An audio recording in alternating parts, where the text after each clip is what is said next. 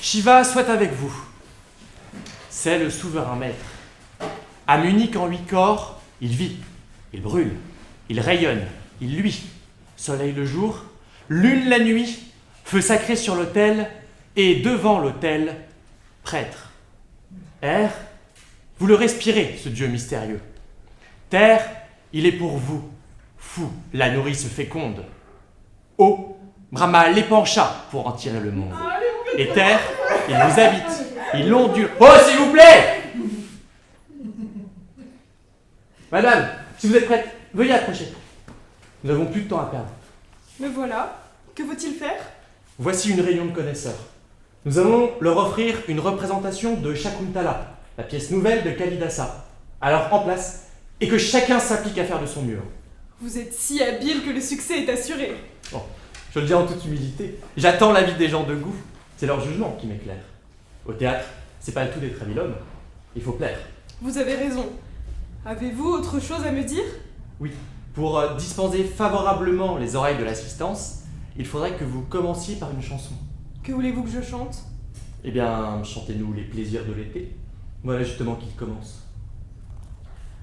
Le sriracha s'ouvre pour la parure, je vois encore sur ton cou brun briller la ciselure de la fleur d'or, son étamine tombante et l'abeille, insecte fou, en bourdonnant lutine à ton oreille, le vrai bijou.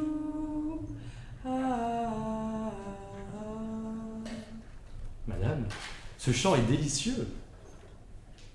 Les spectateurs sont encore sous le charme. On dirait un auditoire en peinture. Quelle pièce allons-nous maintenant leur offrir? Vous avez dit tout à l'heure que nous devions jouer Shakuntala? Oui, vous avez raison. J'avais oublié, c'est parce que je suivais dans l'air votre charmante voix.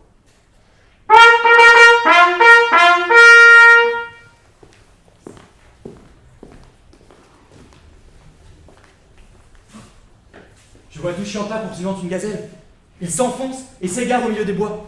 Partons.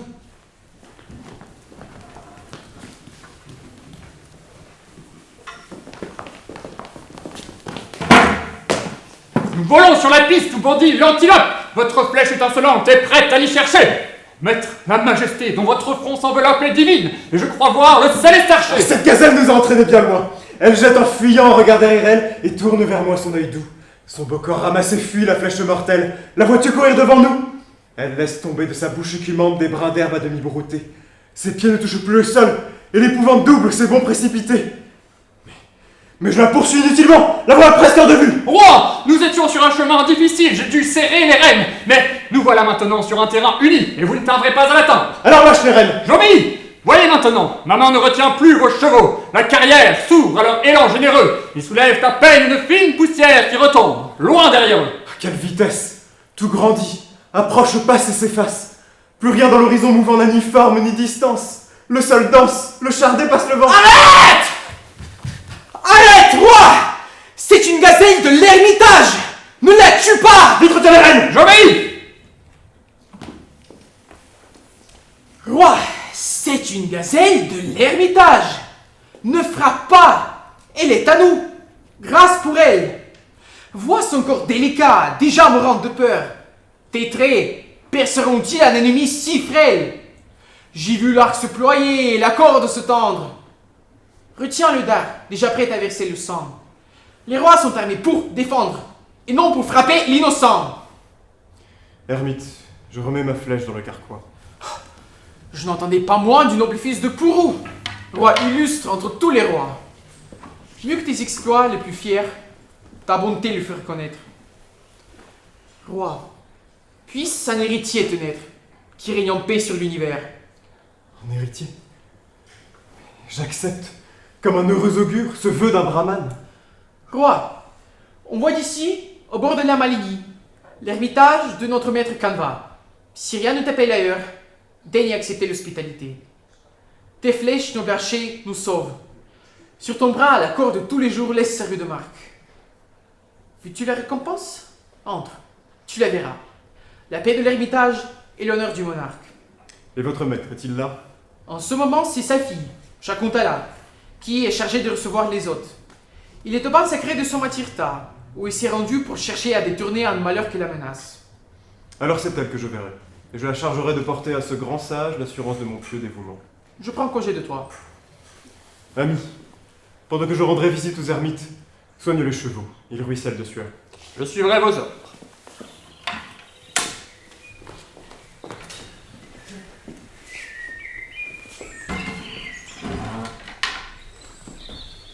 Ces grains d'oris épars sont la pieuse aumône que l'ermite a jetée aux oiseaux de ses bois.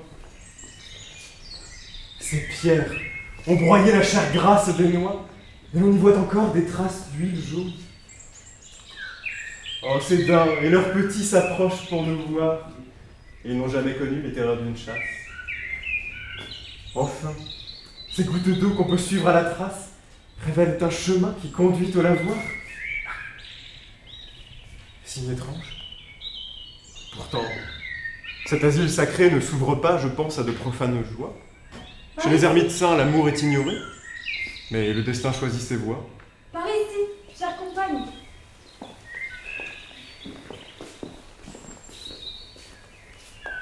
Ce sont de jeunes novices qui vont donner à boire aux arbres.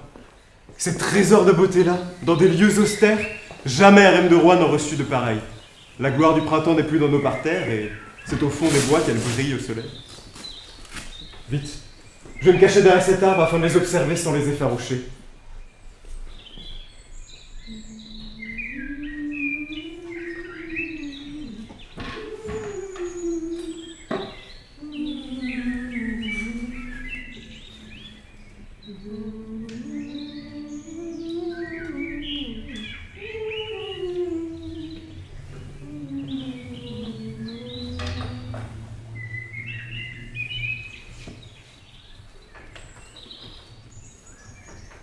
Ma chère Shakuntala, le vénérable Kanva aime-t-il mieux les arbres de l'ermitage que sa propre fille? Il te fatigue à les arroser, toi qui es délicate comme la fleur de jasmin à peine éclose. Comment c'est Shakuntala elle-même? C'est la fille de Kanva? À quoi songe le vénérable de lui faire porter le vêtement des novices? Ah, le cruel! Imposer à sa fille un tel vœu, macérer ce beau corps dont la grâce m'enchante. Kanva veut-il donc faire une hache tranchante de la fleur du lotus bleu? Priyambada, Anasuya a trop serré ma tunique. J'étouffe. Desserre-moi. Elle dit vrai. Une tunique aussi rustre n'est pas la parure qui convient à sa jeunesse. Et cependant, elle est ravissante. Ainsi ce vêtement tissé d'écorce d'arbre n'enlaidit pas son corps charmant. L'habit le plus grossier, s'il couvre un sein de marbre, devient un magique ornement.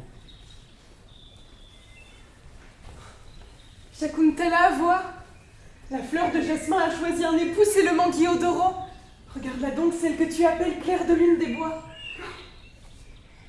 Quelle heureuse nouvelle! La liane s'est couverte de boutons de fleurs depuis la tête jusqu'aux pieds. Alors je t'annonce une autre nouvelle, non moins heureuse.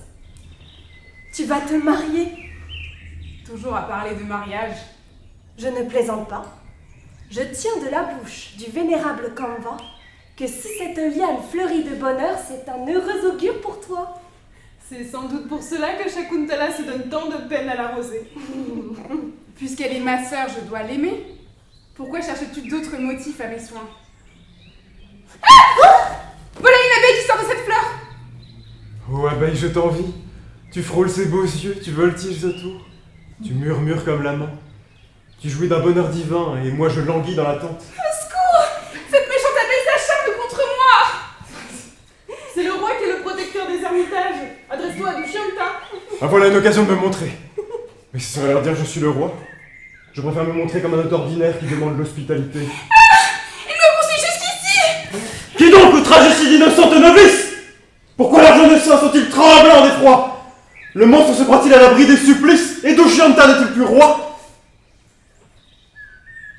Jeune fille, puisse votre vertu prospérer. Seigneur, soyez le bienvenu. Cours vite, Shakuntala. Va chercher dans la hutte les fruits et autres présents que l'on doit à un hôte. Non, non, restez. Votre charmant accueil me suffit et je ne veux pas d'autre hospitalité. Quel est ce trouble qui me saisit à la vue de cet homme?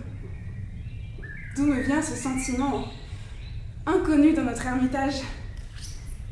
Anasuya, quel est donc cet hôte mystérieux? Il excite aussi ma curiosité.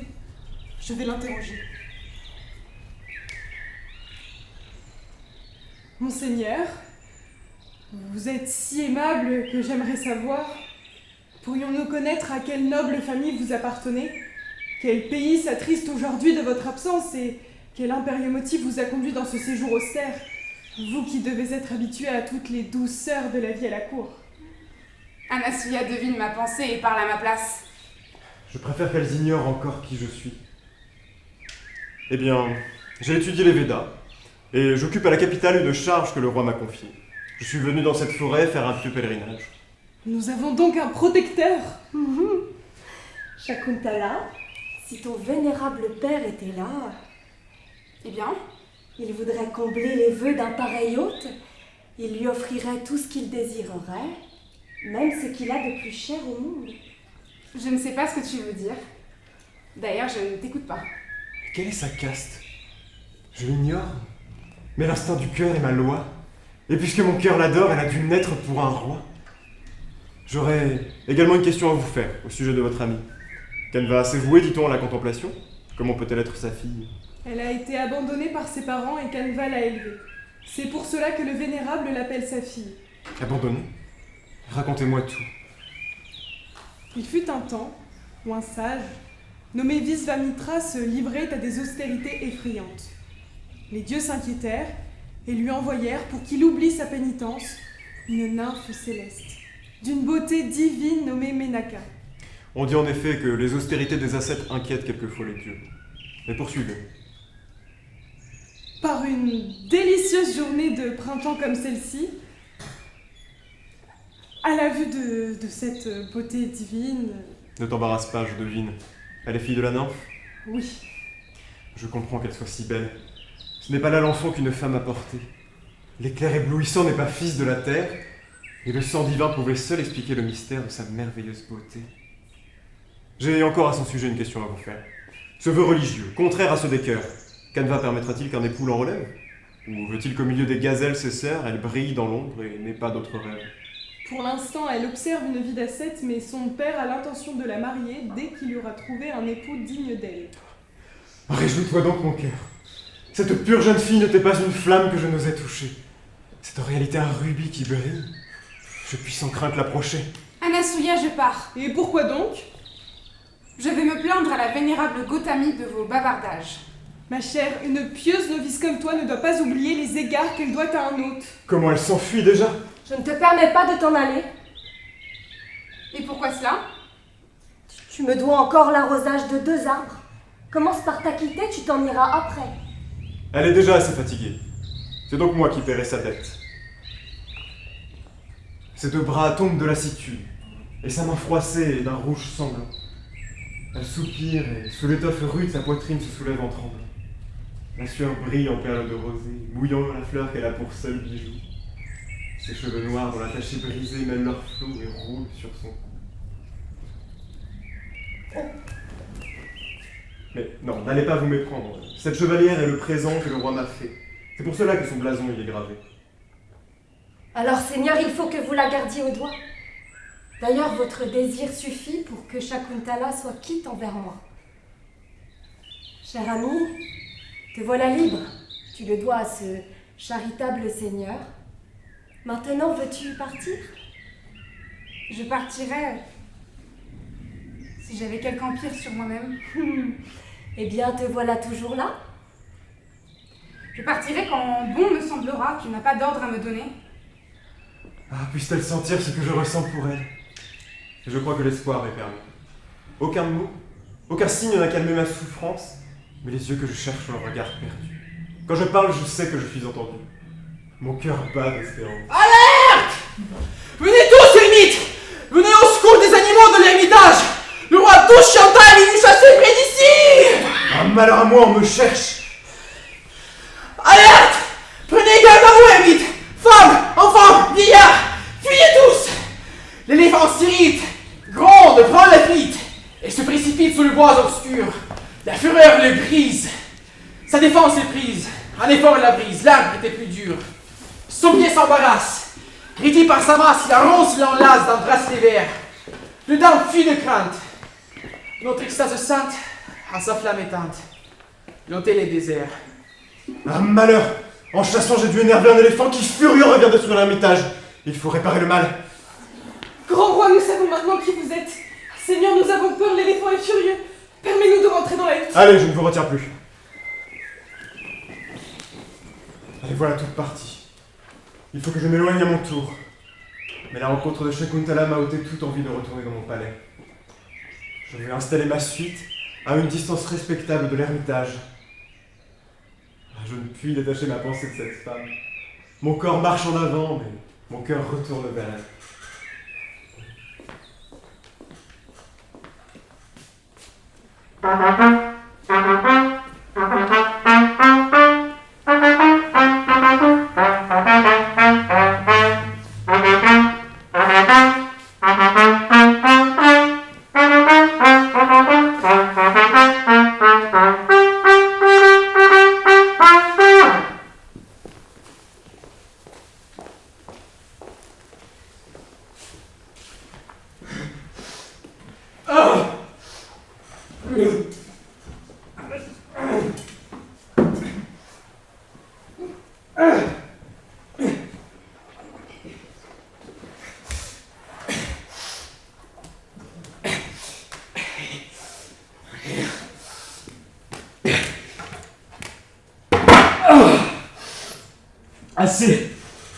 Assez, j'en ai assez. Je suis mort. Voilà ce que me rapporte l'amitié d'un roi qui n'a d'amour que pour la chasse. Assez. Une gazelle par-ci, un sanglier par-là, et voilà qu'on se retrouve à courir pieds nus dans la forêt en plein midi.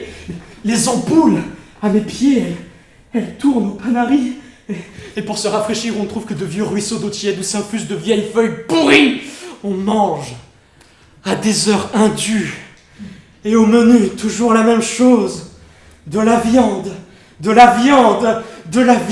brûlée. Et encore, si c'était tout. Mais non, la nuit, pas moyen de dormir. Les chevaux hennissent, les éléphants barrissent. Et dès l'aurore, les chasseurs impatients partent pour la chasse et leur tumulte me réveille. Depuis que le roi Dushyanta, sans rien dire à personne, s'est lancé dans un ermitage dans la forêt et y a rencontré cette jeune Shakuntala, il n'est plus question pour moi de retourner en ville. Ah, voilà le roi qui arrive. Je vais l'attendre dans l'attitude d'un homme harassé, si ainsi je peux faire valoir mon droit au repos.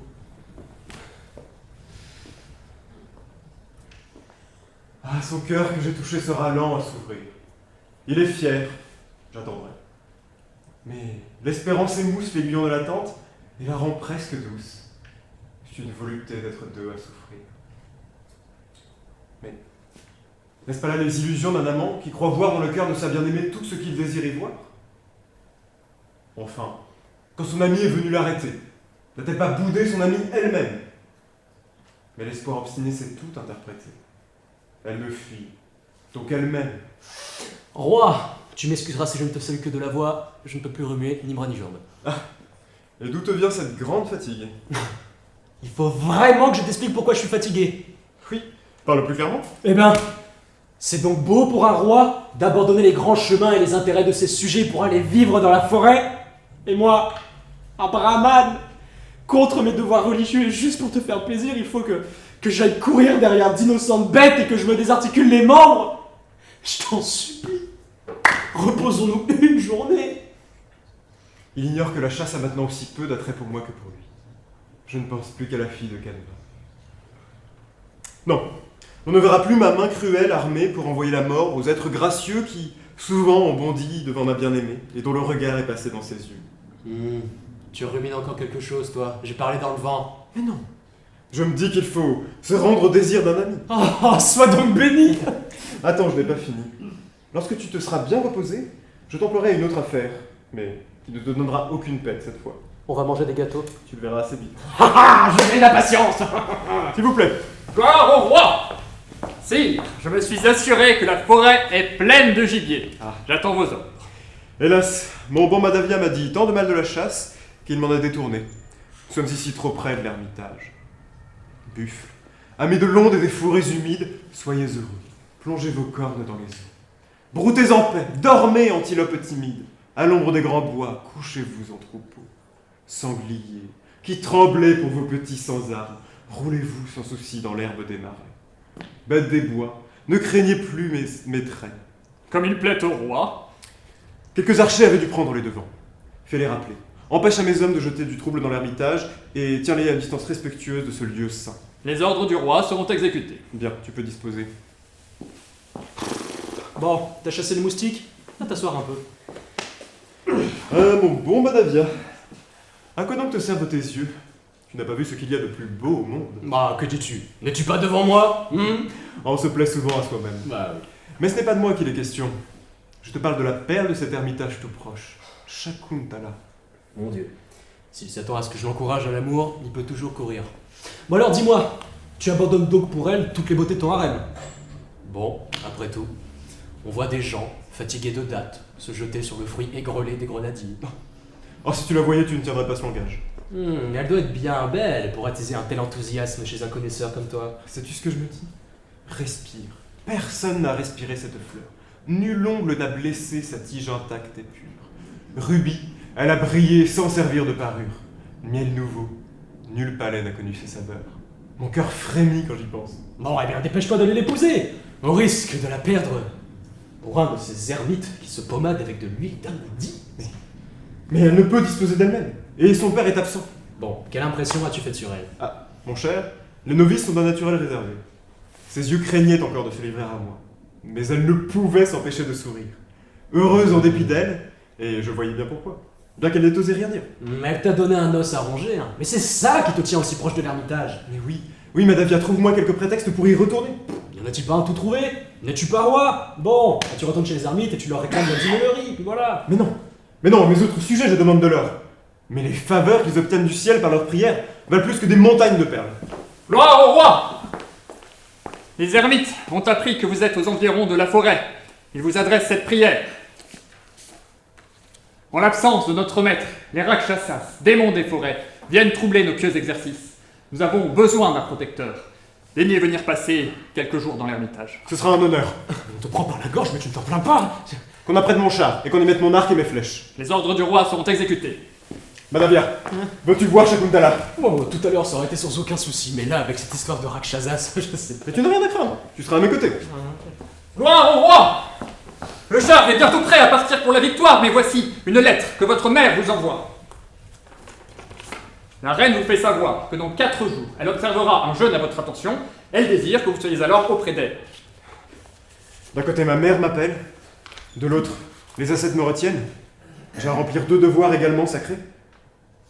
Ami, ma mère t'aime comme un fils. Oui. Retourne au palais, dis-lui que je suis retenu à cause de mes devoirs envers les ascètes et remplace-moi durant la cérémonie.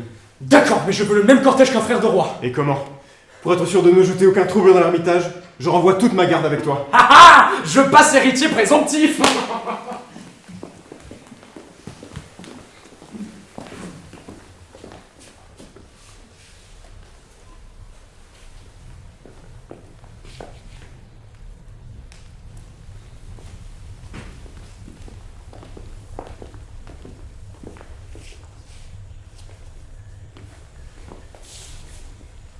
Merveilleuse puissance du roi Dushyanta!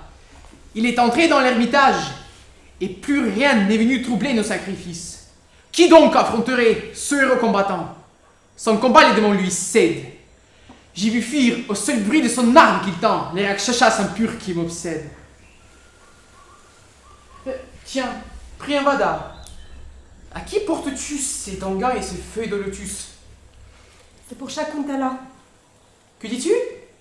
Shakuntala, brûlée par l'ardeur du soleil, a été prise d'une fièvre violente, et ceci est destiné à la soigner.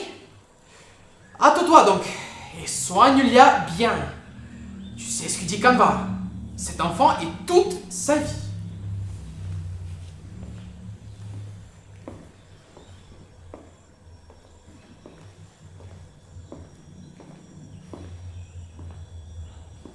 Oui, son père est un feu qui peut me consumer. Quand on lui fait injure, il faut qu'on se repente. Mais rien n'empêchera l'eau de suivre sa pente, ni mon cœur de l'aimer. Les ermites ont retrouvé la paix et ils m'ont permis de me retirer. Mais où trouverai-je maintenant un soulagement à ma peine? Oh, le seul remède serait la vue de ma bien-aimée. Mais voici l'heure la plus brûlante du jour. Elle la passe d'ordinaire sur les bords de la Maligny avec ses amis. C'est là qu'il faut aller. Shakuntala doit être ici. Ces traces de pas en sont la marque sûre. Le sable du chemin a porté son beau corps, et je crois contempler les opulents trésors que déroule à loisir sa nonchalante allure.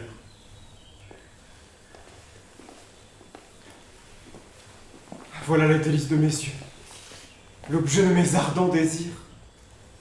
Elle se croit seule. Je vais assister à leur entretien. Cher ami, le vent de ces feuilles te soulage-t-il un peu?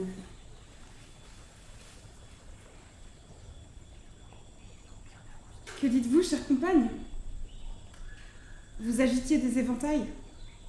Est-ce la chaleur du jour qui l'accable, ou son mal n'est-il pas une autre cause? Mais non, le doute n'est pas permis.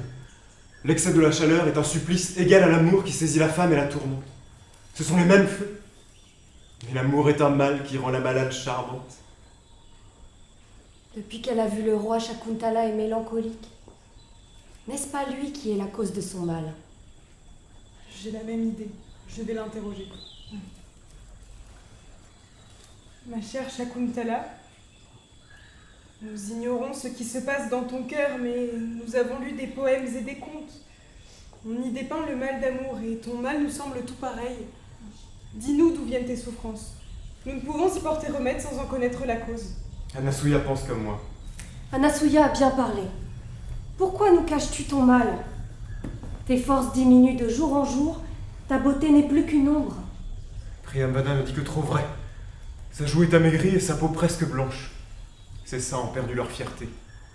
Son épaule qui tombe et sa taille qui penche n'ont plus qu'un reste de beauté. Ah, ravage de l'amour qui fait languir sa proie. Mal aussi charmant que sournois.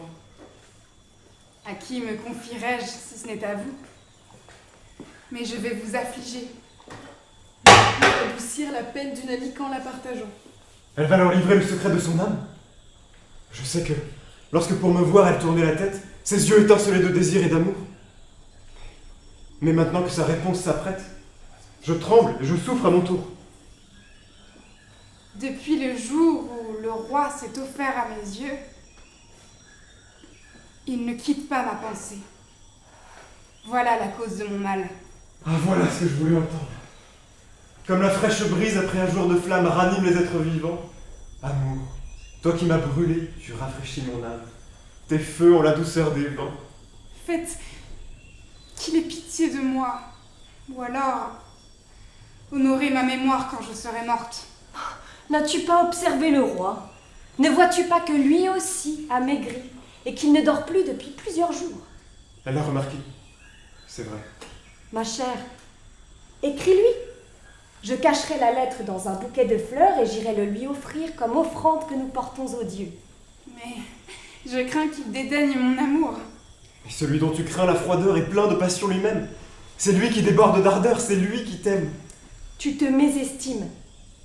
Après les chaleurs accablantes de l'été, quand la lune éclaire une belle nuit d'automne, ouvre-t-on un parasol pour s'en garantir? Me voici au travail. Ah, je ne puis me rassasier de ce spectacle. Son œil brille, son front se plisse. Mon souvenir, sur sa peau qui frémit, soulève un fin duvet. Déjà, le chant d'amour que la Vierge rêvait est en lettres de flamme écrit sur son sourire. Chers amis, j'ai fini ma strophe. Dites-moi si j'ai su faire parler mon cœur. Je ne connais pas ton cœur. Peut-être est-il insensible. Mais sans pitié, jour et nuit, un violent amour embrase mon corps et tous mes membres aspirent au bonheur de ta main. Mais je n'ai pas de quoi l'écrire. Bah, prends cette feuille et grave tes vers avec Tu la brûles pointe au lever du soleil de l'amour. M'a-t-il donc épargné? Crois-tu mon cœur plus ferme? L'aurore née, la fleur de Nymphéa se ferme, Mais son céleste amant meurt dans les feux du jour. Mais non, reste assise sur ta couche. Regarde ces fleurs autour de toi. Tu les verras se flétrir sous ta peau brûlante qui les touche. Oh, mon cœur, tu languissais dans l'attente et maintenant, tu ne sais pas jouir de ton bonheur. Sa Majesté ne daignera-t-elle pas prendre place sur ce banc? Seigneur, on voit assez combien vous vous aimez tous les deux. Mais si ce que je vais vous dire vous semble inutile, vous me pardonnerez. C'est ma tendresse pour elle qui me fait parler. Voyez le mal qu'a fait à notre amie son amour pour vous. Ayez pitié d'elle. Sauvez-la. Chère ermite, je l'aime autant qu'elle peut m'aimer. Ce que tu me demandes, c'est le bonheur pour moi. Ne retenez donc pas le grand roi. Ne voyez-vous pas qu'il est pensif? Il songe aux beautés qu'il a laissées dans son harem. Oh, que tu connais mal un cœur qui t'appartient. Noble ascète, à part toi, nulle femme en mon harem ne sera souveraine. Seuls 2 objets auront mon égard, la terre, dont je suis maître, et cette reine, dont le fils sera roi. Regarde, Anasuya, notre ami semble revenir à la vie, comme le pan qui commence à sentir à la fin de l'été le vent frais de la saison des pluies. Laissons-les ensemble. Priyamvada voit. Le petit fan est inquiet, il a perdu sa mère. Je vais l'aider à la retrouver. Non, ma chère, il est si sauvage, tu n'en viendras pas à bout toute seule. Je viens avec toi. Ne vous éloignez pas! Ne me laissez pas seule. Tu n'es pas seule. Le protecteur de la terre est à tes côtés. Comment? Mes compagnes m'ont abandonnée. Mais ne t'inquiète pas, ton serviteur remplacera tes compagnes. Parle, que faut-il faire? Faut-il que je t'évente à mon tour? Oh, ma belle maîtresse, ce lotus t'enverrait un souffle humide et doux?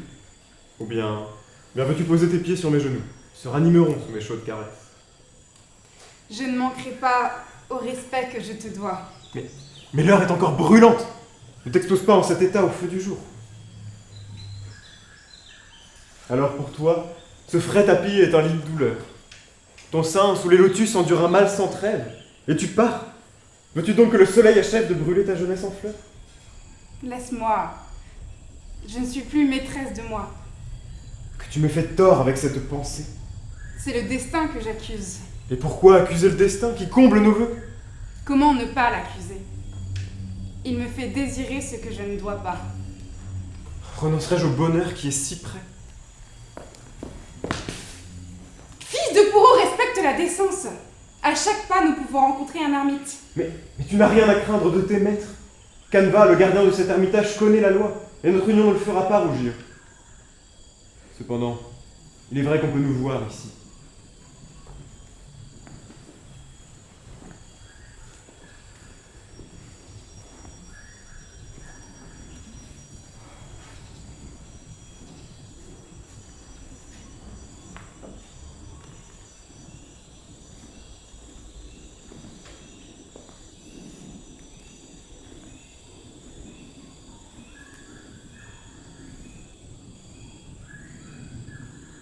Seigneur, je me suis aperçue en chemin que j'ai fait tomber mon bracelet. C'est pour le chercher que je reviens. Je te le rendrai. Mais à une condition. Que tu me laisses le remettre moi-même. Hâte-toi, noble roi. Elle m'a dit toi. Me voilà déjà lié. Je n'y vois plus rien. Le vent a secoué la fleur qui pend à mon oreille et le pollen est entré dans l'œil. Permets que mon souffle en chasse cette poussière. C'est trop de bonté, mais je ne te fais pas confiance. Je craindrais l'excès de ton zèle. Mais mon amour, tu n'as rien à craindre. Sa lèvre, brûlante et pure, que jamais ardent baiser ne blessa de sa morsure frémie, elle me dit oser. Voici la nuit. C'est Gotami qui vient sans doute pour savoir si je souffre encore. Cachez-vous derrière ce buisson. J'y cours. Eh bien, malade comme tu es, sans aucune autre compagnie que ta divinité protectrice. Priyamvada et Anasuya étaient auprès de moi, mais elles sont descendues à la rivière. Retournons à la hutte, la nuit est tombée. Oh mon cœur, Le bonheur était là.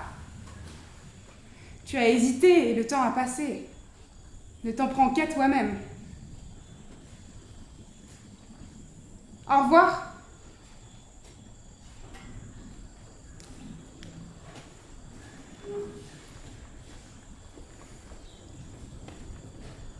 Ah, que d'obstacles sur le chemin du bonheur.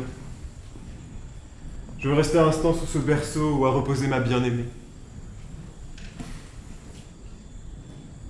Mais la faute est mienne. J'étais près d'elle et j'ai laissé le temps fuir. Ah, si j'étais seul avec elle. Ah, si je pouvais la saisir. J'empêcherais bien le plaisir de m'échapper à tire d'aile. Voilà ce que me dit mon cœur. Il souffre, il se plaint, il m'accuse. Mais devant elle, il se refuse, hélas, à parler en vainqueur. Au secours, roi! Au secours! La terreur glace nos âmes! Ce sont les infâmes de mon Rakshasas! Leurs troupes s'amassent et s'agitent autour du foyer sacré qui crépite. Hermite, ne craignez rien, je suis auprès de vous.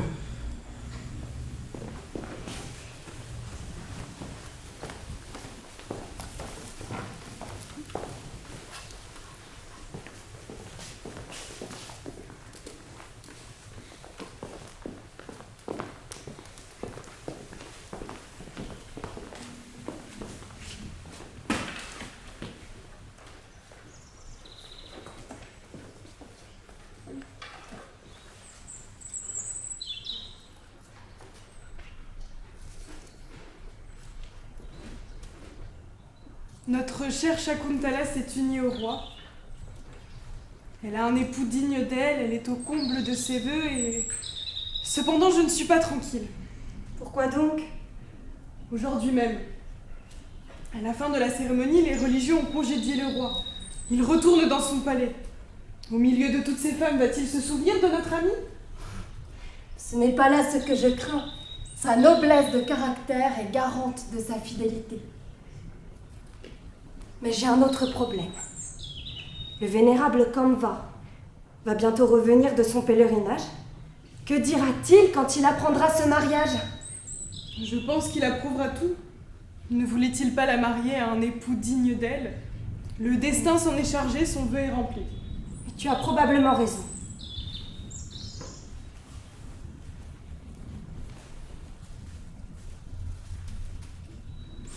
Je crois que nous avons assez de fleurs pour nos offrandes. Hola, je suis là. Ma chère, il me semble que c'est un autre qui appelle. Hola, je suis là. Shakuntala est dans la hutte. Il est vrai qu'aujourd'hui son cœur est ailleurs. Oh, fille de Kamva, tu refuses les rites d'hospitalité à un ascète.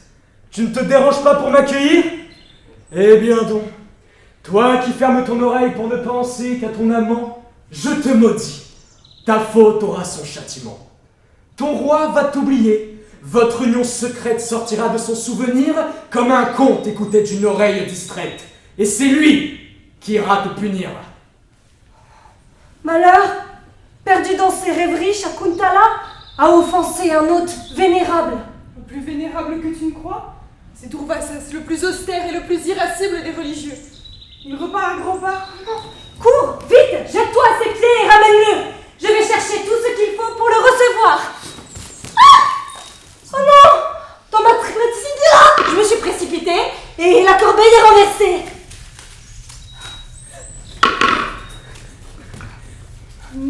Il m'a été impossible de le faire revenir sur ses pas. Alors je me suis jetée à ses pieds et touché par mon geste, il m'a répondu: je ne puis revenir sur tes paroles, mais je consens que l'effet de la malédiction cesse à la vue d'un objet qui la fera reconnaître. Et il a disparu. Avant de repartir à la cour, le roi a lui-même passé au doigt de Shakuntala sa chevalière, sur laquelle est gravé son blason. Il lui a dit: c'est pour qu'elle me rappelle à toi. Elle a donc déjà sur elle le talisman qui la sauvera de la malédiction. Priyambada, il faut que cette malédiction reste un secret entre nous deux. Le cœur de notre ami est sensible, épargnons-lui secours. C'est vrai. Ce n'est pas avec de l'eau brûlante qu'on arrose le jasmin en fleurs. Vite!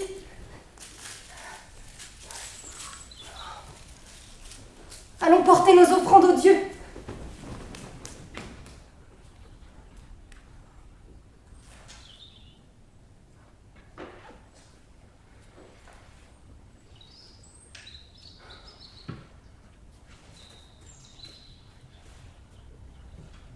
Hélas.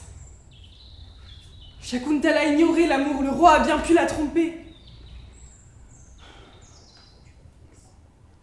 Je me suis levée avec l'aurore, mais je n'arrive plus à faire quoi que ce soit. Mes mains refusent d'accomplir leur tâche matinale. La cruauté de l'amour doit être satisfaite. Il a livré le cœur pur de mon ami à un infidèle. Mais non. Le sage roi n'y est pour rien. C'est la malédiction qui suit son cours. C'est pour cela que le roi n'a plus donné signe de vie.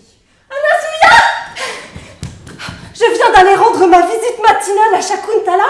Le vénérable Kanva était là, il l'embrassait. Une voix mystérieuse et céleste qu'il avait entendue en entrant dans le sanctuaire du feu sacré l'avait instruit. Elle disait: Prêtre, ta fille est reine, et son sein maternel porte un fils dont la gloire éblouira la terre. Ainsi, le feu divin conçu dans le mystère sort du rameau sacré pour embraser l'autel. Ah, quelle heureuse nouvelle! Bonjour mes amis. Vous m'avez bien souvent habillée, mais aujourd'hui vos soins doivent m'être doublement chers. C'est la dernière fois que je les reçois.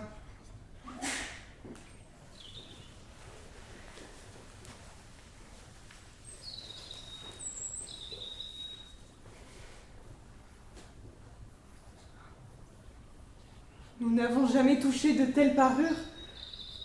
Cependant, nous nous rappellerons de ce que nous avons vu en peinture et nous ferons d'après nos souvenirs. Anasuya, d'où vient cette robe? Du pouvoir merveilleux de Kanva. Il nous a dit de cueillir pour Shakuntala les fleurs de l'ermitage.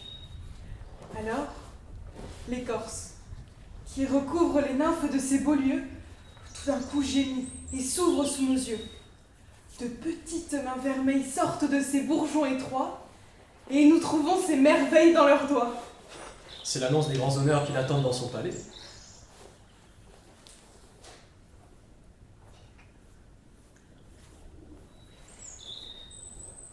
Ma chère, si le roi tardait à te reconnaître, montre-lui l'anneau qui porte son nom.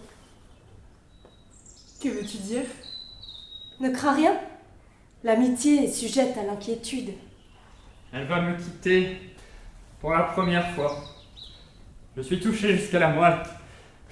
Les pleurs que je retiens débordent dans ma voix, je sens mon regard qui se voile. Moi, l'habitant des bois, moi, l'ermite rêveur, je ne puis retenir mes larmes. Combien doivent souffrir de véritables pères, sans ferveur, qui contre un tel chagrin sont sans armes. Et vous, arbre de l'ermitage habité par les divinités des bois, bénissez ma fille, à l'heure où je l'envoie au palais du roi. Sur ta route, enfant, que les temps verdissent et cachent ses eaux sous les lotus bleus. Pour toi, le soleil éteindra ses feux, l'arbre épaissira son ombre propice. Sous tes pas, les fleurs feront voltiger leur pollen qui monte en poudre odorante. Pars et sens déjà la brise expirante caresser ton sein d'un souffle léger. Ce sont les arbres qui l'aiment comme leur fille et qui lui envoient leur adieu. Kanva, le soleil est au milieu de sa course. Il faut nous hâter. Adieu mon père. Je vous salue une dernière fois. Sois heureuse, autant que ton père le désire. Shangarava, mon fils, montre le chemin à Shakuntala. Veuillez me suivre.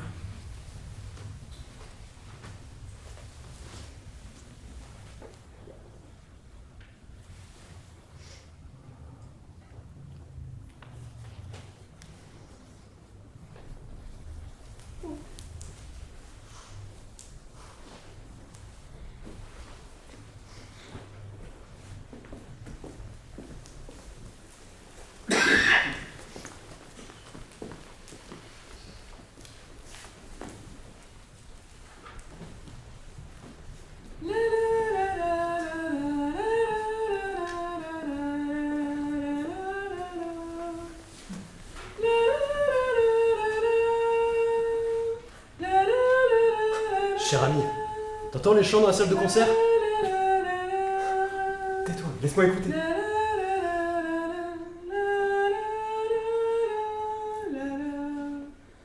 Pourquoi vas-tu de corolle en corolle, abeille folle sans revenir?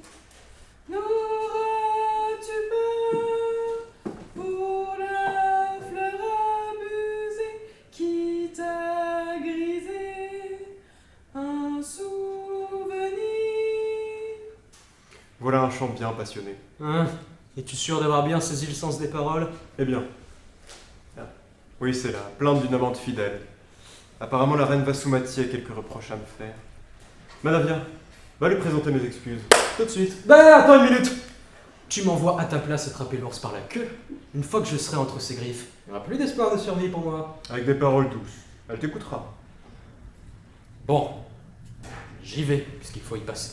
Le roi est au palais, j'ai un message à lui transmettre en urgence. Ah! Qu'est-ce que c'est déjà? Ah oui! Gloire au roi!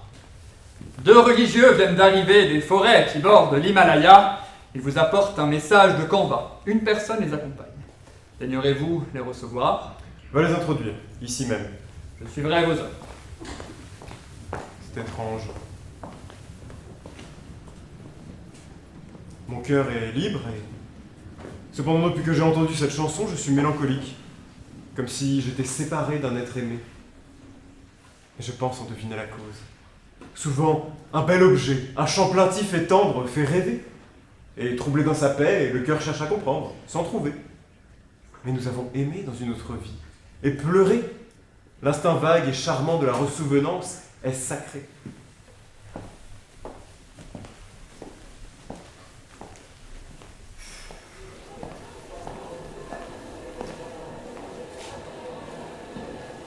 Kotami, je sais que ce palais est la demeure auguste d'un roi digne du rang où Brahma l'a placé. Il fait régner la loi, sa main puissante et juste retient un peuple entier dans le chemin tracé. Mais étonné du bruit, perdu dans cette foule, moi, fils d'un ermitage, et fidèle à mon vœu, je frémis.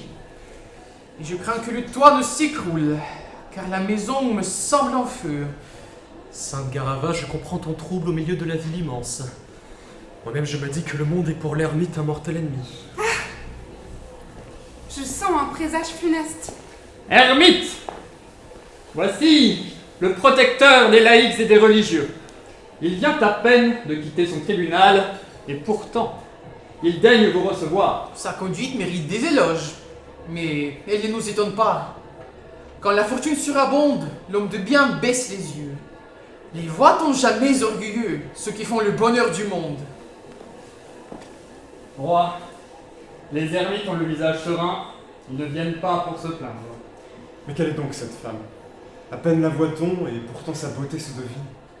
Elle est au milieu d'eux comme un tendre bouton, parmi les broussailles d'épines. Elle est bien belle. Oui, mais je ne dois pas regarder la femme d'un autre. Mon cœur, pourquoi palpites-tu? N'ai-je pas le plus tendre des époux? Sois sans crainte. Ermite, puisse votre vertu prospérer. Comment se porte le bienheureux Kanva? Tous ses désirs sont-ils satisfaits? Roi, le bonheur des sages ne dépend que d'eux-mêmes. Il m'a chargé de te saluer en son nom et de te dire ceci. À mon absence, ma fille s'est donnée à toi. J'approuve cette union. Et comment ne l'approuverais-je pas? Brahma sait que souvent on a médit de lui. Il s'est mis cette fois à l'abri de tout blâme. Pour prouver sa sagesse, il unit aujourd'hui l'âme innocente au cœur que la vaillance enflamme. Elle est enceinte. Reçois-la et acquittez-vous désormais en commun de tout le devoir prescrit par la sainte loi. Gracieux Seigneur, il y aura eu des choses à dire sur ce mariage. Maintenant, c'est trop tard. Mais si, parlez. Vous vous êtes donnés l'un à l'autre. Vous avez jugé les conseils superflus et ses parents n'en ont rien su. Cette affaire est maintenant la vôtre, je n'ai rien à dire de plus. Que voulez-vous dire?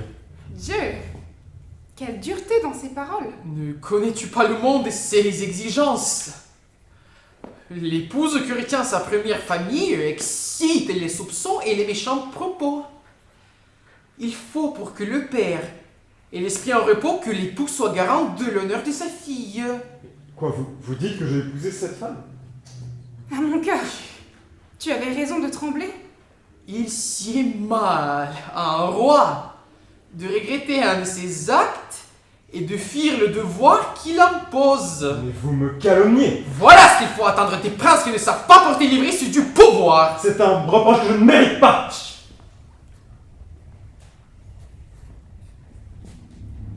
Elle est belle, et l'on voit qu'elle a donné sa fleur. Quelle est donc cette femme? On me dit son époux, mais je n'en ai par malheur nul souvenir dans l'âme. L'abeille ne veut pas d'Acalis taché, et s'émerveille pourtant devant le jasmin d'or que la pluie a touché. Je suis comme l'abeille. Vraiment, la vertu du roi est grande. Quel autre à sa place hésiterait un seul instant si la perle des femmes venait à s'offrir à lui? Eh bien, roi, tu te tais. Ermite, plus j'interroge mes souvenirs, et moins je me rappelle avoir possédé cette femme. Elle est visiblement enceinte. Je serais coupable d'adultère si je la recevais dans mon harem. Malheur à moi.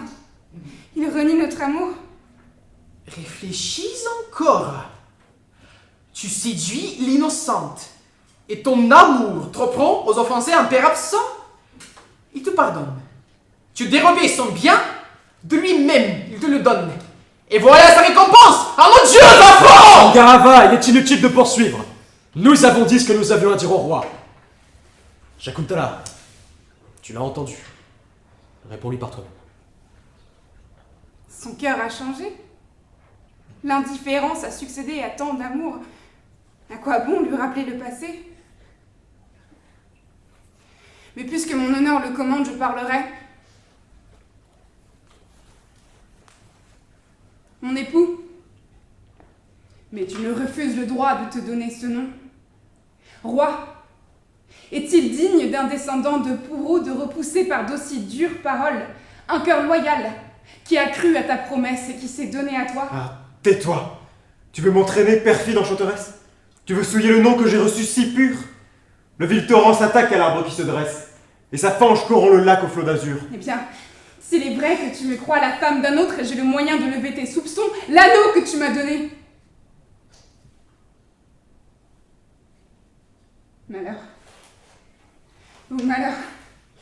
L'anneau n'est plus à mon doigt. Tu t'es baigné dans les temps de Sachi, c'est sûrement là que tu l'as perdu.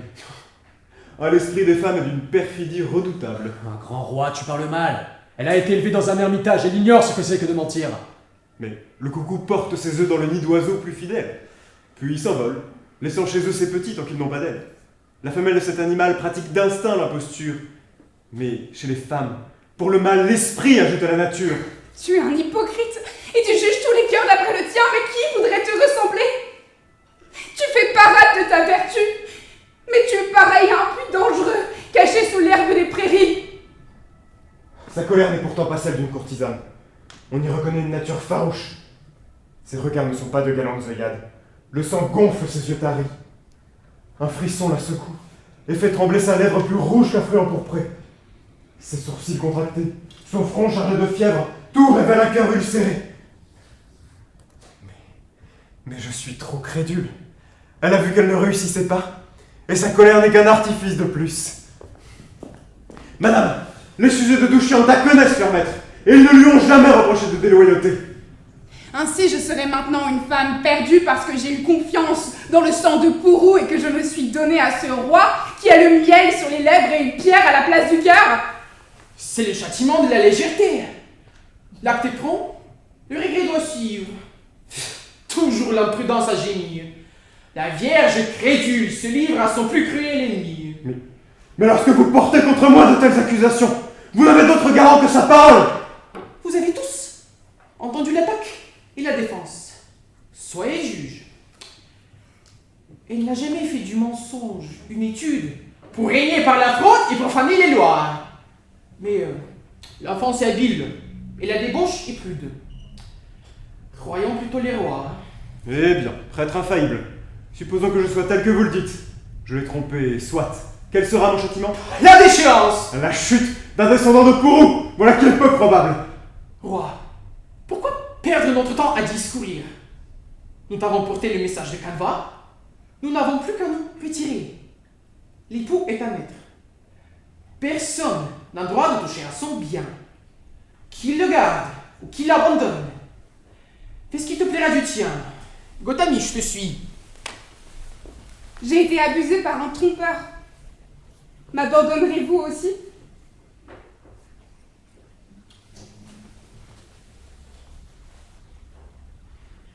Cesse d'être importune, puisque tu prétends être libre et suivre ta fantaisie. Écoute, ne viens pas supplier ton père. Il te réunit si ta vie est impure. Et si ton cœur là-dessous, je le dis en son nom. Reste, aimé, Oni. Fais ton devoir et sois fidèle jusqu'au bout. Reste là, nous partons. Dis-moi ce que je dois faire. Est-ce moi qui délire ou bien elle qui ment? Je m'épuise à sonder ce mystère. Mon honneur inquiet redoute également, et l'abandon coupable et l'impur adultère. Roi, puisque vous me demandez mon avis, je vous proposerais de la garder dans votre demeure jusqu'à l'accouchement. Comme les ermites ont prédit que votre premier enfant serait un fils et qu'il régnerait sur l'univers. Si elle met au monde un garçon, il devra porter sur son corps les signes qui présagent la plus haute souveraineté. Vous pourrez alors rendre hommage à la vertu de la mère et vous l'introduirez dans votre harem. Sinon, il sera toujours temps de la renvoyer. Fais comme il te plaira.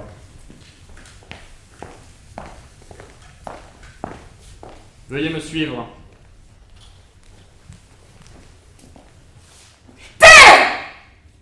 Ouvre-toi et cache ma honte!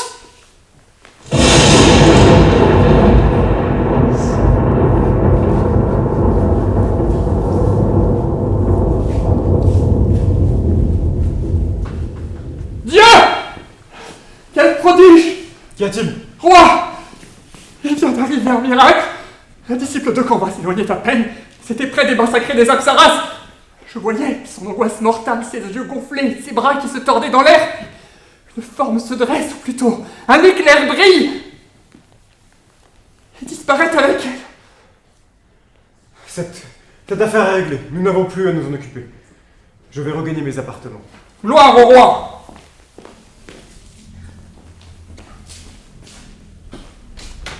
En vain, je cherche au fond de ma mémoire.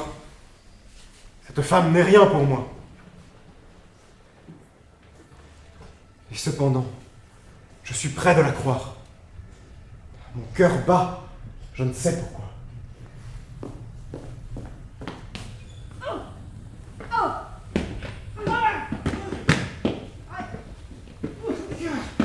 Tu vas parler! Intolérable!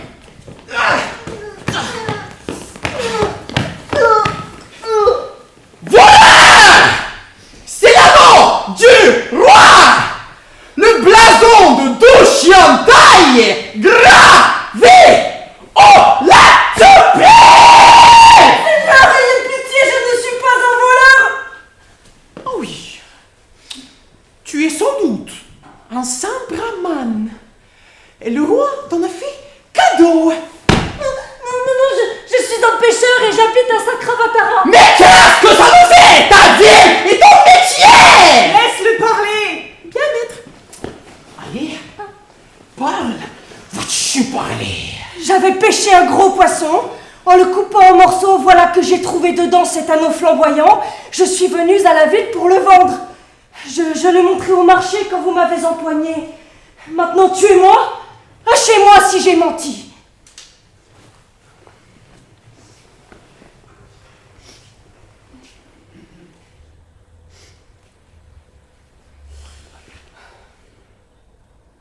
Il n'y a pas moyen d'en douter, cet anneau est passé par le ventre d'un poisson.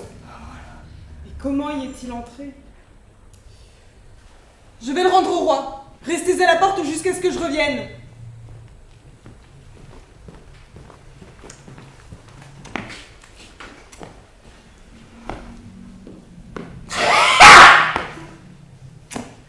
Quel beau métier, hein? Gagner sa vie en donnant la mort à d'autres créatures. Seigneur, n'en faites pas un crime.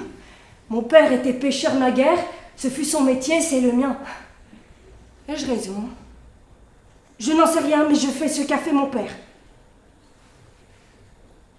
Les dieux aiment la bonne chair. Par les rituels sacrificiels, les saints brahmanes sont leurs bouchers. Oserait-on leur reprocher de faire ce qu'a fait leur père?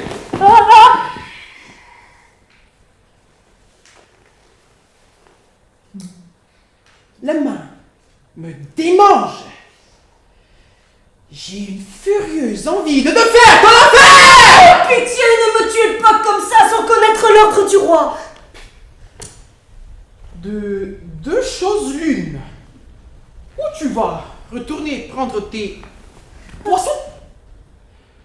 Ou c'est nous qui ferons une offrande de ta chair au vautour et au chacal.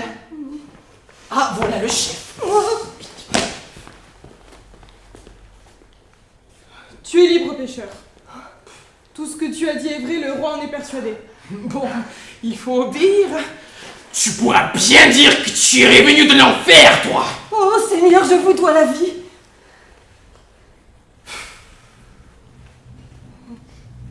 Prends cette bourse. Le roi te la donne en échange de l'anneau. Oh, le roi est bien bon. Oh, voilà qui peut se vanter d'avoir de la chance. C'est une belle récompense.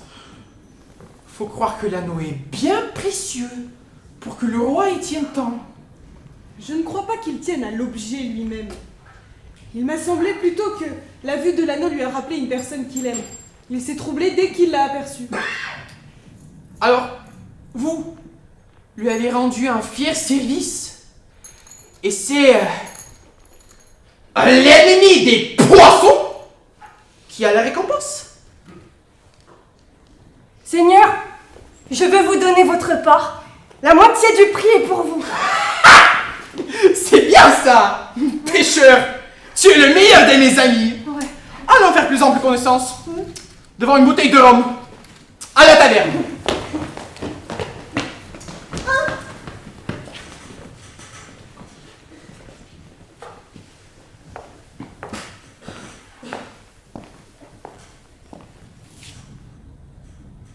C'est aujourd'hui la fête du printemps et pourtant au palais on ne voit aucun préparatif.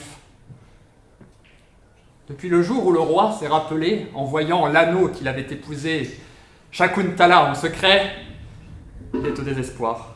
Et le remords est entré dans son âme. Il se cache à son peuple. Il vit, sombre et farouche, le plaisir est pour lui sans attrait. Et la nuit, il se tourne sans fin sur le bord de sa couche, cherchant le sommeil qui le fuit. S'il rencontre une femme, c'est à peine s'il s'arrête. Un salut glacial est tout ce qu'elle obtient. Ou s'il veut la nommer, un autre nom lui vient. Et de honte, il baisse la tête.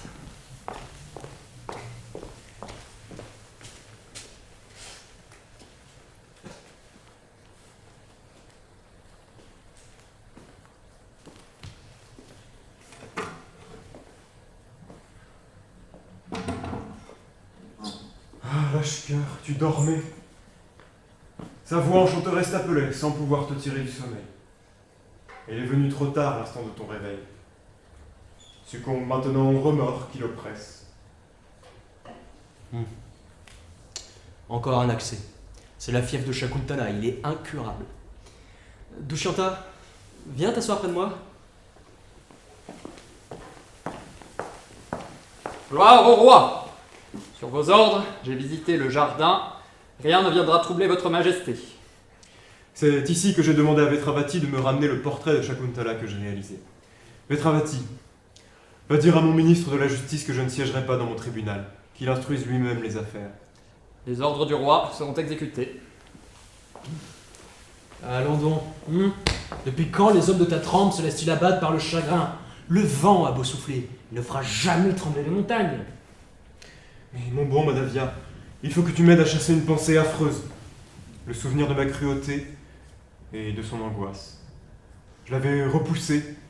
Elle voyait les siens à leur tour se séparer d'elle. « Reste !» lui dit l'ermite. « Sois fidèle! Crains ton père si tu reviens !» Alors, ses grands yeux noirs, baignés de larmes vaines, me lancent un dernier regard. Je le vois encore. Je le sens, c'est un dard, un poison qui me brûle les veines. C'est peut-être juste un dieu qui l'a enlevé. Et qui d'autre aurait osé toucher une femme si fidèle? Et j'y pense. Ses amis m'ont dit qu'elle était fille de la nymphe. Ce sont les compagnes de sa mère qui l'auraient enlevée. Si ce n'est sa mère elle-même. Ah, mais dans ce cas-là, rassure-toi, tu la retrouveras. Une mère, comme un père, ne peut consentir à laisser son enfant séparé de son mari trop longtemps. D'ailleurs, moi je pense qu'on finit toujours par retrouver ce qu'on a perdu. La découverte de l'anneau, c'en est pas la meilleure preuve peut-être? Pauvre anneau. Tu as quitté son doigt, tu n'y retourneras plus. Anneau déchu. Renonce à la place sacrée où je t'ai vu briller, éblouissante et fière. Tu connus son doigt mince à la pointe nacrée. Tes beaux jours sont finis, le destin est de fer. Pourquoi lui avais-tu donné cet anneau qui porte ton nom? Eh bien, lorsque j'ai quitté l'ermitage pour retrouver mon palais, elle était tout en larmes. Elle m'a dit « Mon époux ne va-t-il pas m'oublier ?» Alors, j'ai passé ma chevalière à son doigt et je lui ai dit « Sur cet anneau, compte les lettres qui forment mon nom. De jour en jour, une par une, lorsque tu prononceras le dernier son, un guide arrivera, un de mes serviteurs fidèles. Déjà mon sein brûle, il t'appelle. Il te conduira à mon palais et j'abrégerai les longs délais. Et que j'en veux à cet anneau. Pourquoi l'as-tu quitté son doigt, tige flexible dont les nœuds délicats devaient te retenir? Mais moi qui querelle un objet insensible, n'ai-je pas fermé mon cœur à son cher souvenir?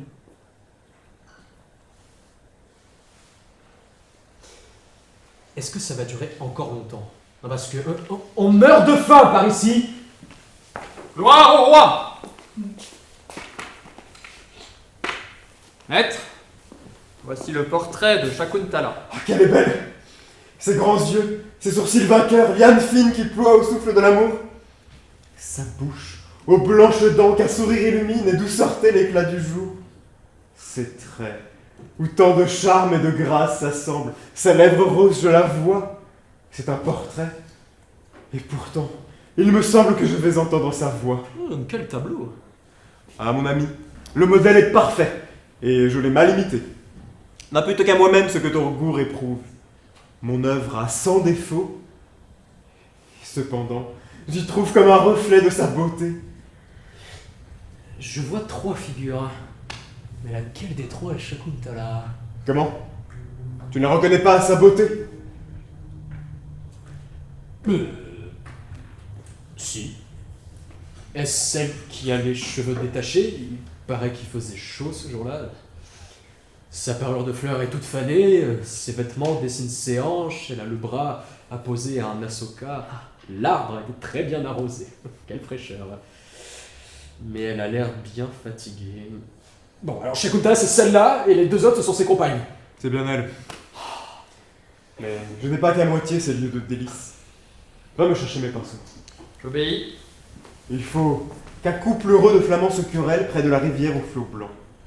Qu'au sommet de l'Himalaya, la neige s'amoncelle, qu'on voit des buffles sur ses flancs. Je veux que le tissu d'écorce pli tremblant sur ses arbres flotte et ruisselle. La forêt penchera ses rameaux opulents sur les amours d'une gazelle. Oh, comme on est parti, je sens qu'il va aller me mettre des ermites avec des barbes. Comme ça. La brise, boucle où la brise se joue. Je veux voir le chiricha que sa main fine attacha balancer sur sa joue. Fibre du lotus, luiser comme des rayons de lune, et caresser sa peau brune entre ses seins embrassés. Elle porte ses 2 doigts à ses lèvres comme des fleurs de lotus. Ah, mais elle a l'air bien effrayée. Ah, c'est l'abeille. Elle a l'habitude de s'attaquer aux fleurs, et là elle s'attaque au lotus sur son visage. Et cette abeille qui s'obstine contre la bouche enfantine qui m'appelle à son secours. Ah, pour la punir, qu'un calice de lotus l'ensevelisse et l'endorme pour toujours. D'accord, alors, est-ce que tu as bien conscience que c'est un tableau? Une toile? Mais non, je la voyais, j'étais heureux. Mon bonheur est un mensonge. Un instant, je l'ai oublié. J'ai rencontré la reine Vasumati, et elle m'a dit, c'est moi qui porterai la boîte de pinceau à mon époux. Et elle me l'a arraché des mains. Par bonheur, la robe de la reine s'est accrochée à une branche, et pendant que sa suivante l'a dégagée, je suis venu vous prévenir. Non, Vasumati est orgueilleuse. Je crains qu'elle ne voie cette peinture. Madame, viens, garde-la, je pars à sa rencontre.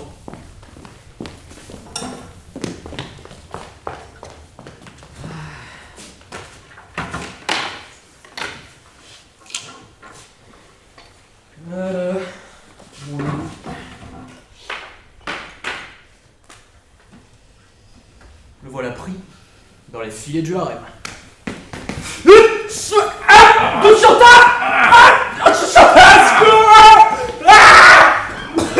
J'entends madame crier au secours! Madame, viens! Dushanta! Au secours! On ne tue pas les brahmanes, monsieur! Oh! C'est bien sa voix! Sa voix est étranglée par la peur! Madame, viens! Dushanta! Au secours! Mais ne crains rien! Mais je ne vois rien! Mon arc, vite, mon arc! Ne crains rien, c'est facile à dire! Il est en train de m'étrangler et il va me tendre comme une canne à sucre! Maître, voici l'arc, les flèches! En vain, tu me résisteras, car je vais te tuer, comme le tigre tue, et déchire à plaisir sa victime abattue, pour se repaître le sang frais. Maintenant, appelle encore Dushyanta, vengeur de toute iniquité. Enfin, on verra bien si ce roi tant vanté entendra la voix qui l'implore. Et il ose s'en prendre à moi? Attends, tu me donnes l'enfer! Ta dernière heure est venue! Tu es fier parce qu'un voile magique te rend invisible? Crois-tu que ma flèche ne saura pas te trouver? Ne crains rien, Madavia! N'espère pas non plus que le corps de mon ami te serve de bouclier. Vois ce trait sur mon arc. Il va partir. Mon bras le lance hardiment. Je ne crains pas qu'il frappe un brahman que j'aime. Lorsque le lait et l'eau sont mêlés, le rose flamand distingue l'eau du lait. Garde tes traits. Mon trait fera de même. Il t'en viendra d'en faire usage. En attendant, fais bon visage à tes amis et désarme. Matali, salut à toi, cocher du roi des dieux. Hein? Oh mais c'est trop fort ça. Il était en train de me tuer et toi tu fais des politesses? Roi, le dieu Indra m'a chargé d'un message pour toi. Il est une race de démons redoutables. On les appelle Durjayas. Indra lui-même sent son bras impuissant contre cette engeance maligne. Pour les vaincre et noyer leur race dans le sang, c'est toi que les desseins désignent.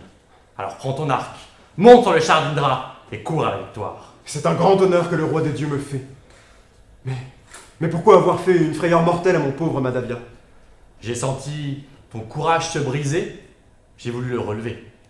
Le serpent se dresse sous le pied qui presse ses anneaux dormants. Le feu qu'on agite embrase plus vite les tisons fumants. Tel est l'ardent tumulte qu'excite l'insulte dans le cœur des rois. J'aime leur colère quand sa flamme éclaire de hardis exploits. Metravati, porte à mon ministre Pichuna ce qui vient de se passer, et porte-lui mon nom ces paroles. Le fardeau du pouvoir est léger pour le sage. Nous l'avons partagé, porte-le tout entier. Ta prudence y suffit. Un message céleste appelle ailleurs mon bras guerrier. Je n'y manquerai pas. Allons monter sur le char d'Indra.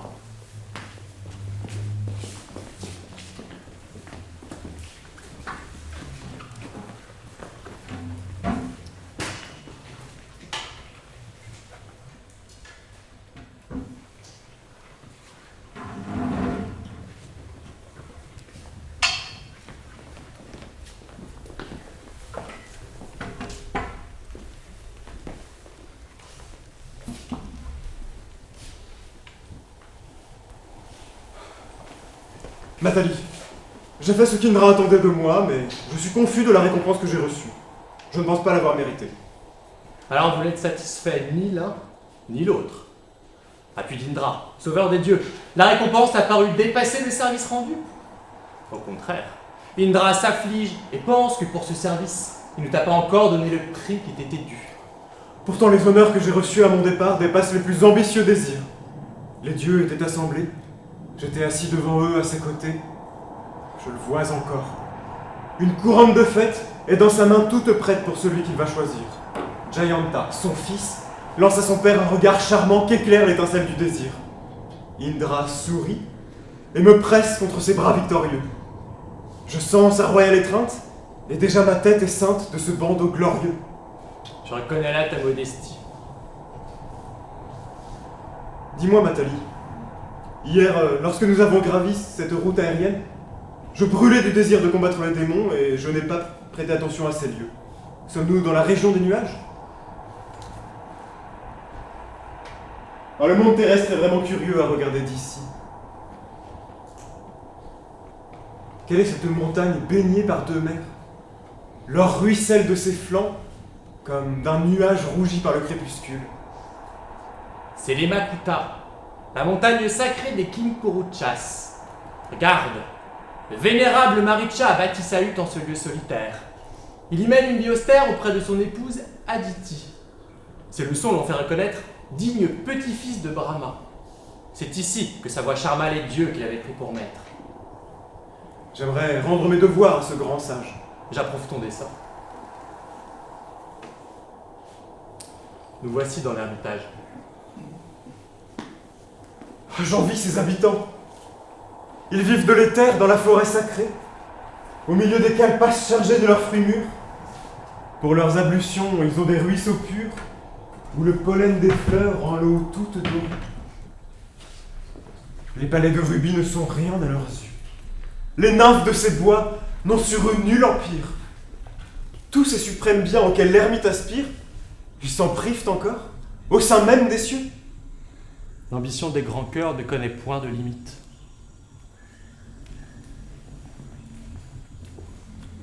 Scalia, que fait à cette heure le bienheureux Maricha? Que dis-tu? La fille de Daksha lui a demandé quels étaient les devoirs d'une épouse infidèle, et il est maintenant occupé à l'instruire. Alors il faut attendre. Nous nous présenterons au sage tout à l'heure. Roi, attends-moi à l'ombre de cet arbre. Je vais t'annoncer au sage.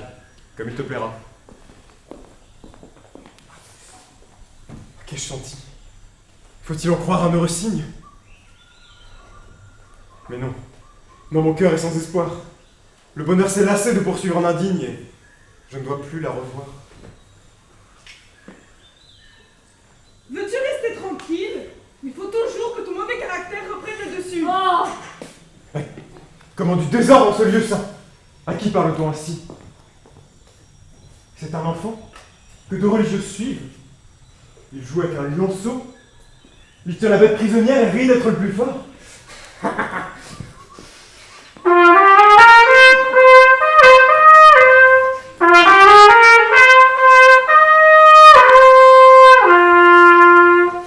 Les petits lions, ouvre ta gueule, je vais compter tes dents.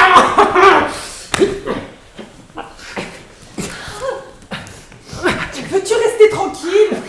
Tu sais bien que les animaux de l'ermitage sont nos protégés. Mais toi, tu veux toujours batailler. Les ermites ont bien raison de te surnommer le grand dompteur. C'est étrange. Cet enfant ne m'appartient pas, mais j'ai pour lui les tendresses d'un père. Si tu ne lâches pas son petit, la lionne te mangera. Bah ça me fait peur.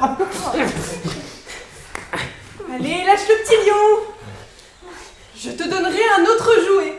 Un jouet? Où est-il? Je le veux tout de suite. Dieu! Mais ce geste est le signe d'un futur monarque universel. Subrata, ce n'est pas avec des paroles qu'on viendra à bout de lui. Va dans la hutte et apporte l'oiseau du petit Manganaka. Par en attendant, moi je joue avec le lion. Oh, mais veux-tu le lâcher? Ah, que je voudrais qu'il fût à moi, ce petit entêté. Avoir de tels enfants. Ah, quelle douce chose. Contempler leurs joyeux ébats. Voir leurs petites dents garnir leur bouche rose qui s'ouvre pour rire aux éclats. Les prendre à terre, tout poudreux, les porter dans nos bras, complaire à leurs caprices. Que les pères sont heureux. Tu ne veux donc pas m'écouter? Il n'y a pas là un ermite? Oh, ermite! Oh là! Oh Seigneur, venez m'aider à délivrer le petit lion. Voyez comme il le tourmente. Quand il tient quelque chose, il ne veut plus le lâcher. Oh là, petit solitaire! Autant digne d'un tel séjour. Ignores-tu donc que l'ermite embrasse dans un même amour tout être vivant qui l'habite? Ton père est l'ennemi du mal, mais ta fureur le déshonore, comme on voit le serpent éclore au pied de l'arbre de santal. Seigneur, ce n'est pas le fils d'un ermite. On le devine à son air comme à sa conduite. C'est le lieu où il se trouve qui m'avait trompé. Un frisson de bonheur ébranle tout, mon maître. Mais le Père, grand Dieu, le Père frémissant, quelle inexprimable ivresse il doit connaître, l'homme béni du ciel qui dit « Voilà mon sang ». C'est incroyable! Oh, il vous ressemble d'une manière étonnante. Ce qui me surprend aussi, c'est que sans vous connaître, malgré son mauvais caractère, il vous ait cédé si vite. À quelle famille appartient-il? À la famille de Pourou. Il est de ma noble famille.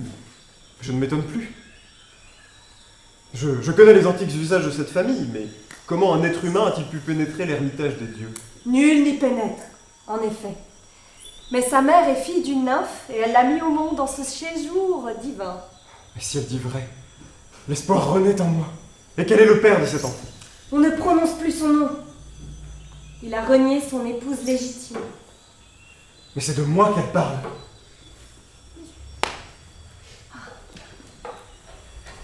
Grand dompteur, regarde ce beau Shakuntala. Shakuntala, elle est où ma maman?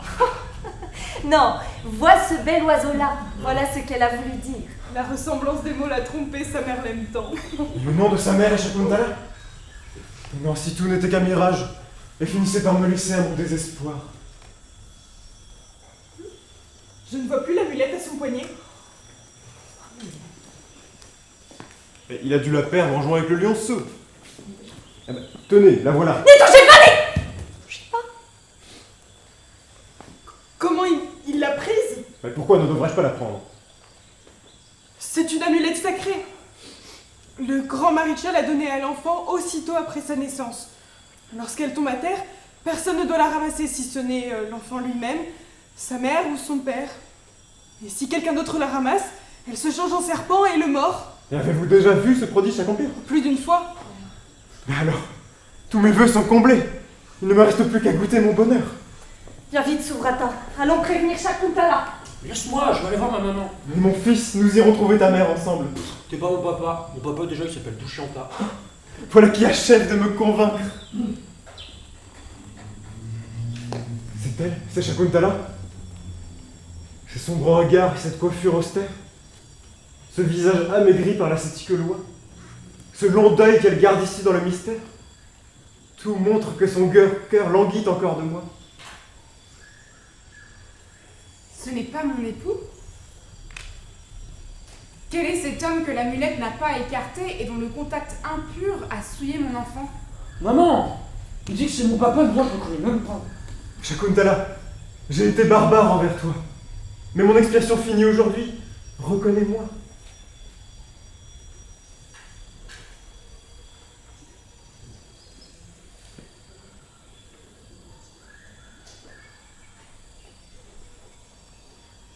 Respire enfin, mon cœur.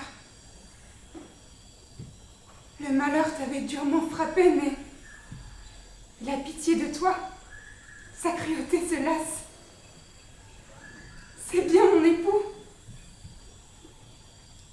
Gloire au... Tu pleures, je t'entends. N'achève pas. Ma seule gloire, c'est ton amour fidèle. C'est ta lèvre pâlie et ta longue mémoire de l'ivresse d'un jour. Oh, toi, que je n'ai pas su seulement reconnaître. Toi que j'ai repoussé. Console-toi. Un pouvoir inconnu subjuguait tout mon être et c'est lui qui parlait en moi. Comment t'es-tu alors souvenu de moi? Je te le dirai, quand j'aurai fini d'arracher de mon cœur la flèche aiguë du remords. Mais laisse-moi d'abord essuyer sur ta joue de larmes qui coulent. Quand sourd, aveugle, enchaîné par un charme, je la méprisais comme un jeu. L'anneau? Oui, je l'ai retrouvé miraculeusement, et avec lui la mémoire. Âme charmante, pars-toi de ta fleur, le printemps est revenu. Garde-la, mon époux. Je ne voudrais pas la perdre encore. Je viens te féliciter d'avoir retrouvé ta femme et d'avoir enfin rencontré ton fils. Je suis doublement heureux, car je dois mon bonheur à un ami. Indra en est-il instruit? Rien ne lui est caché. Le vénérable Marichal daigne vous recevoir. Il vous attend. Chère épouse, prends la main de notre fils et conduis-moi auprès du sage. Bienheureux soit mon fils, il est l'espoir de ma race. Il a le cœur d'un héros. Il aura l'empire du monde.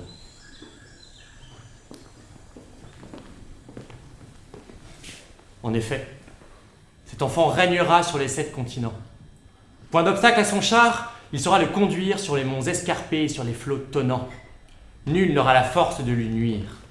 L'ermitage effrayé l'a nommé grand dompteur. Mais quand sa main tiendra le sceptre héréditaire, il aura les vertus, le cœur d'un roi. La terre acclamera son protecteur.